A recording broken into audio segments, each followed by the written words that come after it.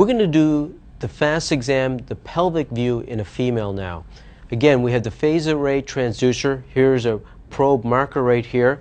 We're going to start off with a sagittal view, and ideally the bladder is full. So we go just above the symphysis pubis. So we're scanning now here sagittally, and some of the anatomic landmarks that we're looking at the very top of the screen is the bladder, which is an anechoic structure, fluid-filled obviously with urine. It's got nice walls around it.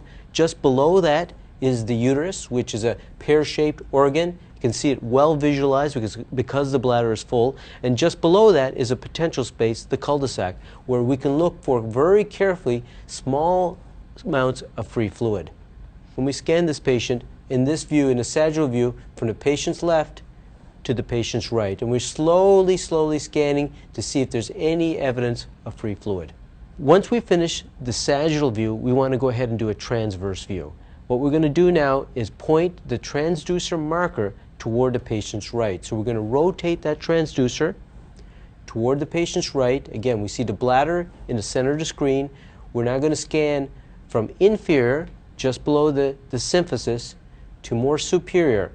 And in between, we're also going to identify the uterus. So we're going right to the very top of the bladder, to about mid-bladder. We can see the uterus here in the center. A very small amount of free fluid here, which can be physiological as well. So we're scanning all the way inferiorly to more superiorly. We see the uterus. We actually see part of the ovary there. And then we're going to go all the way more superiorly.